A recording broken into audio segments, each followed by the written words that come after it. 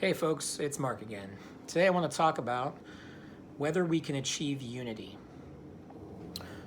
We've had a civil war once already, and let's face it, that divide hasn't healed and still exists today, evidenced by unseeming Southern attachment to Confederate flags and Confederate leaders. Worse, we're now polarized on many visceral vices and virtues, with a tendency towards tribalism that makes us more isolated and has stalled our lawmakers. We're now in what I call a civility war. Our political climate is so divided due to partisan identity politics that we're graphically a bimodal curve instead of a normal bell curve on a number of issues. We're in desperate need of unification, whereby we activate people in the middle and get our lawmakers agreeing again on how to progress, how to move us forward. The simplicity sounds wonderful until we realize that unification is what everybody wants. Both sides on any split want unity, they just want it around their own preferences and worldviews.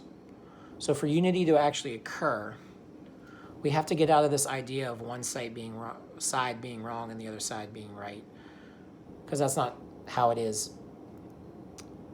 We need to recognize that both sides are wrong sometimes and unify around a set of principles, and then I'll get behind it while continuing to maintain a healthy skepticism that we might be wrong. But as a collective, instead of a bunch of angry, conspiratorial nobodies slinging misinformation that was pushed on them by the 0.1 percenters who profit from the chaos. Fortunately, that's what science does. Maintains a healthy skepticism by forming a hypothesis and then trying to prove that hypothesis wrong. The real division is not over left versus right, black versus white, or any form of good versus evil. It's about science versus slander. It's about truth versus bias. When people argue and act based on their biases, they fall into two groups: the unacting and the uncaring, which exist on opposite extremes of that bell curve. The uncaring are pessimists. They like to usually think of themselves as realists, though. They look at the ugliness of the world and are so afraid and overwhelmed by it that they lose hope that a better world is possible. And they only look out for themselves and their households, often with a lot of firearms. Worse, they're inclined to believe the worst rumors and see the world as even worse than what it actually is, a disease called negativity bias. This mental state of the uncaring is what I call hell. The unacting, on the other hand, are idealists, though they think of themselves as optimists. These types react to the ugliness of the world by pretending the ugliness isn't real. They might call it a boundary, and boundaries are important, don't get me wrong about that, but it's actually an alternate reality that they only occasionally come out of, and rarely, it doesn't last long, and then they immediately re-enter it.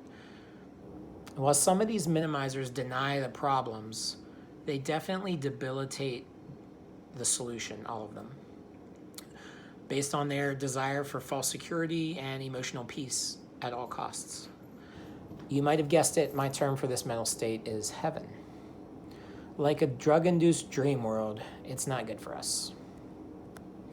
The first type of minimizer that I want to highlight is the addict, who uses sex, drugs, rock and roll, television to reduce their emotional response instead of recognizing and reacting to real problems. Second is the minimizer who spits toxic positivity, a brand of pseudoscientific energy transference and positive vibes only that gaslights and alienates activists.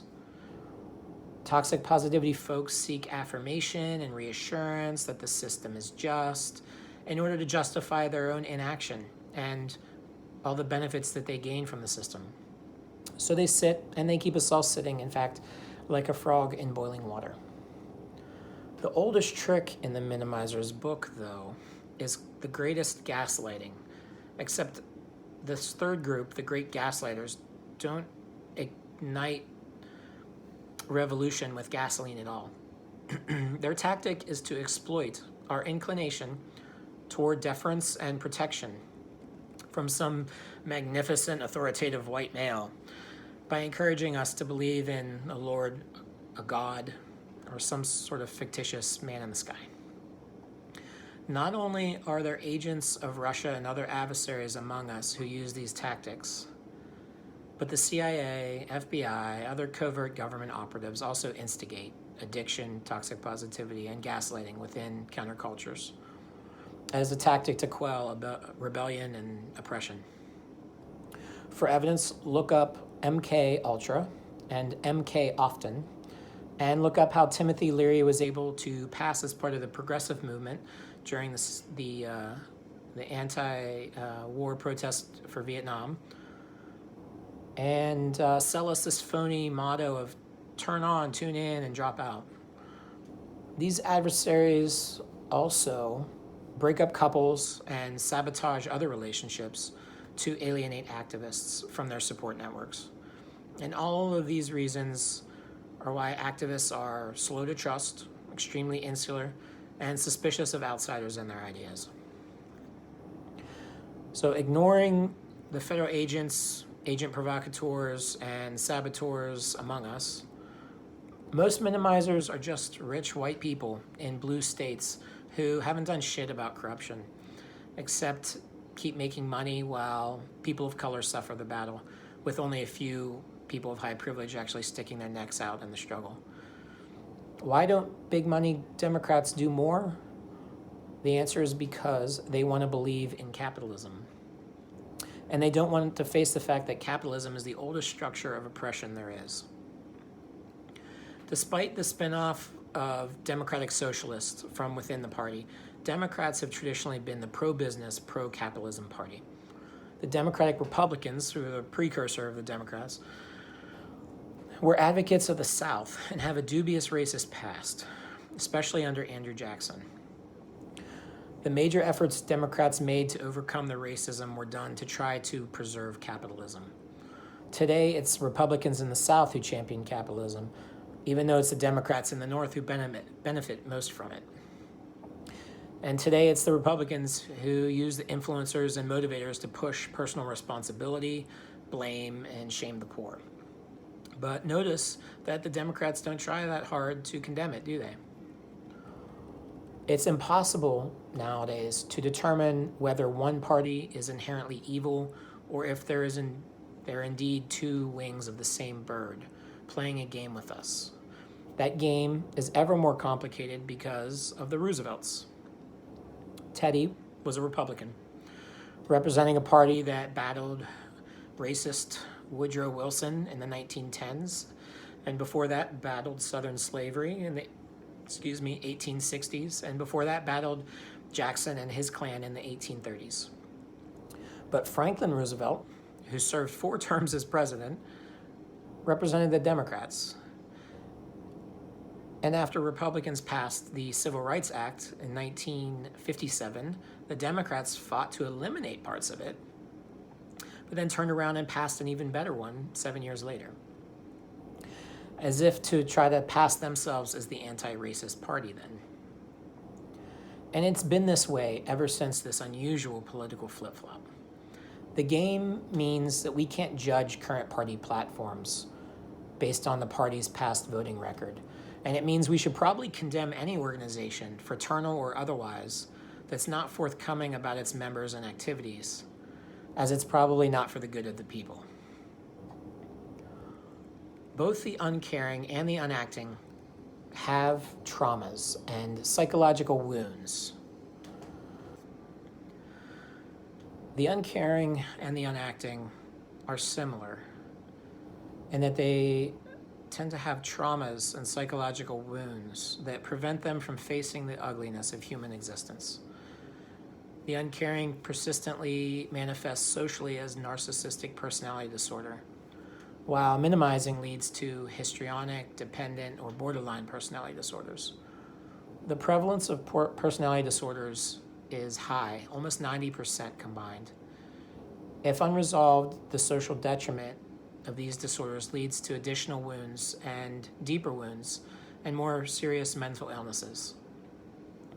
A person is well adjusted when they're able to A, accept emotionally challenging problems, B, set emotional boundaries to maintain productivity in the face of these problems, and C, create emotional space to acknowledge and attack these problems.